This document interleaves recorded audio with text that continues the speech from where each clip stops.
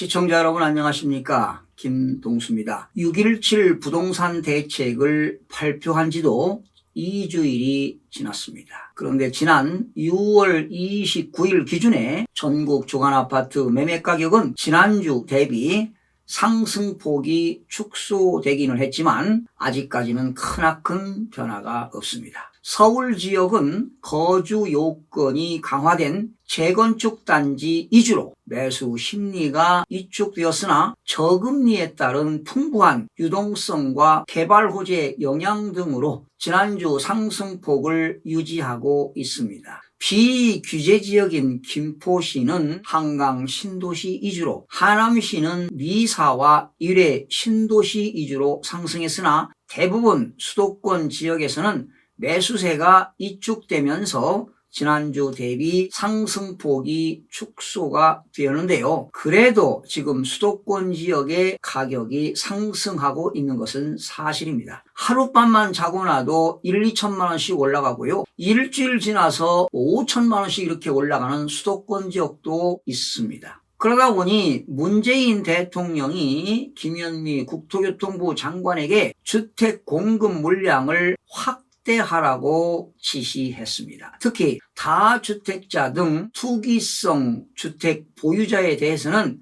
세 부담을 강화하라고도 했습니다. 이렇게 대통령이 직접 주택 공급 확대를 지시했다는 점은 특별한 의미가 있습니다. 더불어민주당 지도부도 부동산 투기 수요를 막지 못한 것에 대해 대국민 사과까지 했습니다. 이렇게 정부의 부동산 정책 실패를 시인하고 근본적인 대책 마련을 약속했습니다. 이렇게 문재인 대통령의 부동산 대책 지시에 힘을 싣는 것으로 보입니다. 문재인 정부 들어 21번째 나온 부동산 정책은 총체적인 실패로 볼 수 있습니다. 서울 중위 아파트 가격이 52%나 뛰었습니다. 이명박 박근혜 정부 9년여간 상승률 26%의 2배에 해당합니다. 최근 2년 새 전세가가 50% 상승한 지역도 있습니다. 사정이 이런데도 김현미 장관은 지금까지의 부동산 정책이 종합적으로 다 작동하고 있다고 말해 국민의 분노를 샀습니다. 치솟는 집값에 서민들은 분통이 터지고 있습니다. 그간 부동산 정책의 실패 원인은 명백합니다. 공급 대책 없이 대출과 수요만 규제했기 때문입니다. 시장 경제에 맡기지 않고 규제만 가지고는 집값을 잡을 수가 없습니다. 부동산은 심리전이 아주 강합니다. 시장 가격은 공급과 수요 원칙에 따라서 가격이 결정되기 때문입니다. 사실 투기 세력들이 집값을 올려 그 지역의 실수요자인 지역 주민들만 피해를 보게 됩니다. 결국에 대통령이 직접 주택 공급 확대를 주문했습니다. 하지만 단순한 공급 확대로는 역부족입니다. 수요가 몰리는 곳에 획기적인 공급을 확대해야만이 뛰는 집값을 잡을 수 있습니다. 정부가 이에 대한 특별한 대책을 마련해야 할 것입니다.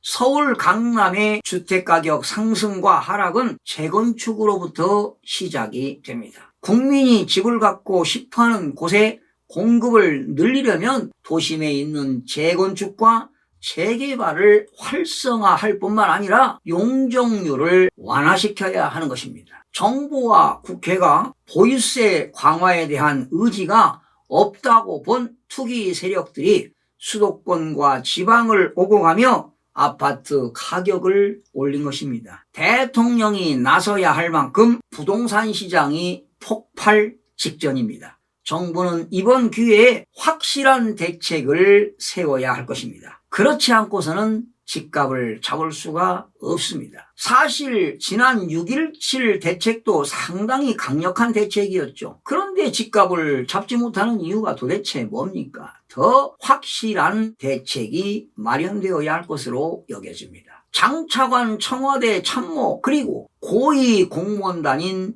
1급, 2급 관리관과 이사관들은 1주택만 보유하고 나머지 주택은 다 팔아야 됩니다. 지난 4.15 선거 공천 신청 시 1주택만 보유하고 나머지는 처분하겠다고 서약한 여당 의원들도 마찬가지입니다. 심지어 서울시 의회 의원 110명 중 31%가 다 주택자인 것으로 나타났습니다. 여당인 더불어민주당 의원 8명이 무려 83채를 가지고 있으며 미래통합당 의원은 강남 4구, 강남 송파, 서초, 강동에 11채를 보유하고 있습니다. 이렇게 국민들로부터 신뢰를 회복하기 위해서는 국회의원들은 물론 시의원들까지 다주택자 의원들을 부동산 관련 위원회에서 배제시켜야 합니다. 이들이 정책을 세워서 되겠습니까?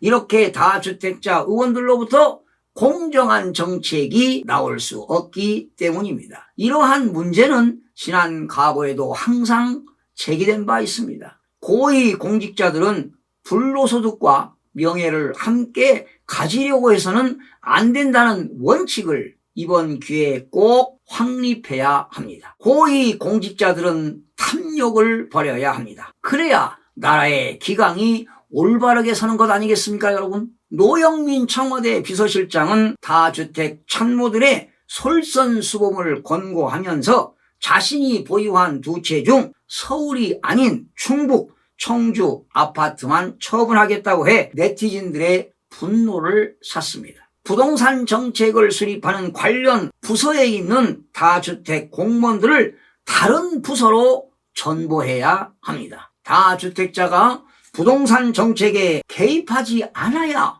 공정하고 투명한 정책이 나올 수 있습니다. 그래야만 국민이 관련 정책을 신뢰할 것 아니겠습니까? 제가 여러 번 강조했지만 주택가격을 안정화시키는 방안들이 얼마든지 있습니다. 예를 들면 다주택자가 주택을 취득하면 취득세를 표준세율을 적용하지 않고 중과세율을 적용하면 되는 겁니다. 또한 다주택자들에게는 재산세인 보유세를 강화하면 되는 겁니다. 현재 4단계 초과 누진세율을 8단계, 10단계 과세표준과 세율을 올리면 된다고 여러 번 제가 강조한 바 있습니다. 그래서 이렇게 지방세법 개정안을 개정시키면 되는 겁니다. 부처 이기주의를 없애고 융합행정과 지식행정으로 정책을 수립해야만이 국가가 안전하게 발전될 수 있습니다. 특히 말이죠. 한국토지주택공사 그리고 SH주택공사 및 건설법인들이 아파트를 건설할 때 주택 건설 원가 공개를 도입하게 되면 당연히 집값 안정할 수 있습니다. 그 건설법인들이 재료비가 얼마 들어갔고 노무비, 기타, 경비를 공개하는 것입니다. 바로 이것이 원가 공개입니다. 또한 국유지라든가 시유지를 이용해서 아파트를 신축하고 토지는 분양하지 않고 건물만 분양하는 그런 방안도 제고해 볼 만합니다. 수도권 전체를 투기 과열지구로 그리고 비수도권을 조정 대상 지역으로 묶는 방안도 한번 검토해 볼 만합니다. 또한 임대주택 사업자에 대한 특혜를 없애는 방안입니다. 주택임대사업은 공공임대사업자 중심으로 개편하는 방안을 마련하면 주택가격은 반드시 안정화시킬 수 있다고 봅니다. 주택은 바이가 아니라 리브가 되어야 합니다. 그래서 정부가 투기 세력들을 잡아야 돼요. 주택가격이 올라가면 무주택 서민들은 내 집 마련은 할 수 없고 소득이 없고 연금소득으로 살아가는 1주택 은퇴자들은 세금 부담에 지금 등골이 빠지고 있습니다. 사실 1주택자들의 분노도 만만치가 않습니다. 그들은 세금 얘기만 나오면 한숨이 저절로 나온다고 합니다. 그들은 연금소득으로 살아가는데 보유세인 재산세와 종합부동산세, 지역 건강보험료가 50% 이상 지출된다고 아우성드립니다. 그러니 도저히 살아갈 수가 없습니다. 그들 입장에서 세금이 무서우면 집을 팔든지 해야 되지 않겠습니까? 아니면 강남 3구를 떠나야 되지 않겠습니까? 구태여 꼭 거기서 살 필요가 있는가 이렇게 반문에 보면은 이제 우리 자녀들은 다 교육을 했는데 뭐 손자 손녀들을 위해서 한다고 하는데 글쎄요, 그게 과연 바람직한 일인지 앞으로 4차 산업혁명 시대의 이후에는 그렇게 학군이 과연 필요한지도 한번 생각해 볼 것입니다. 사실 1주택 입장에서 말이죠, 집값이 올라가는 것도 사실 무섭습니다. 집값이 올라가도 부작용이 많기 때문이죠. 집값은 역시 물가 상승률대로 올라가야 되는데 말이죠, 요즘 보게 되면 집을 사들이는 사람이 말이죠, 주식 사듯이 말이죠, 백화점 쇼핑하는 식으로 이렇게 주택을 사들이고 있는데 이것도 사회적으로 문제가 큽니다. 어느 때는 말이죠, 건전한 1주택자까지 투기꾼으로 몰아넣어 징벌적 세금을 매기는 것은 불합리하지 않나, 이런 생각도 해봅니다. 사실 부동산 정책 실패로 정부가 집값을 올린 거 아닌가, 이런 생각이 들어가는 겁니다. 도대체 이해할 수가 없는 것이죠. 기획재정부와 국토교통부 등에 따르면 당정은 20대 국회에서 폐기되었던 종합부동산세 강화 법안에 추가로 다주택자와 단기 매매자를 타깃으로 세 부담을 높이는 개정안을 놓을 것으로 보입니다. 정부가 이미 다주택자 보유세 강화안을 내놓고도 추가 세금 폭탄을 꺼내든 것은 저금리 속에 넘쳐나는 유동성 자금이 부동산 시장으로 쏠리며 집값 상승이 지속되자 다주택 보유 투기 세력을 확실히 규제하겠다는 의지로 해석이 됩니다. 정부는 우리나라 보유세가 국내 총생산 GDP의 0.9%로 경제개발협력기구 OECD 평균인 1.1%보다 낮아 높여 나가야 한다는 인식을 갖고 있습니다. 특히 홍남기 부총리 겸 기획재정부 장관은 지난해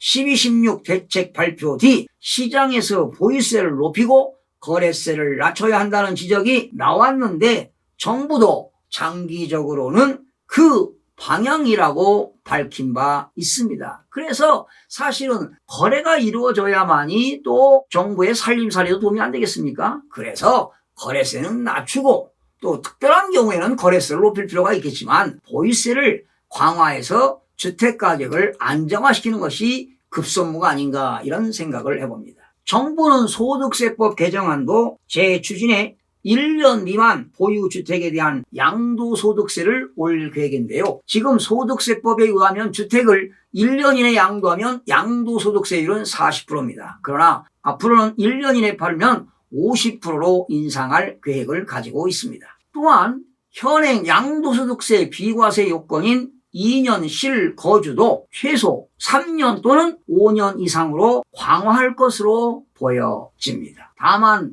21번의 대책에도 부동산 시장 불안정이 계속되고 있는 만큼 집값을 때려잡겠다며 압박 수위를 높였을 때 시장에서 효과를 낼지는 미지수입니다. 바로 부동산은 심리전이기 때문입니다. 한편 정부는 청년이라든가 신혼부부 등 생애 최초로 주택을 구입할 경우에는 취득세 부담을 줄여줄 방침도 세우고 있습니다. 부동산 문제는 문재인 정부의 하반기 국정운영의 가장 큰 악재로 꼽히고 있는데요. 이렇게 집값 안정화라는 정책의 일관성 유지를 위해 보유세 인상은 21대 국회에서 부동산 관련 법안으로 최우선으로 논의될 것으로 보입니다. 정부는 투기 세력을 뿌리 뽑고 무주택자들이 저렴하게 내 집을 마련할 수 있는 기회를 만들어 주어야 할 것입니다. 시청해 주신 여러분 대단히 고맙습니다.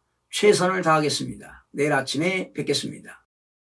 마음이 드셨다면 구독, 좋아요 꼭 부탁드리겠습니다. 고맙습니다.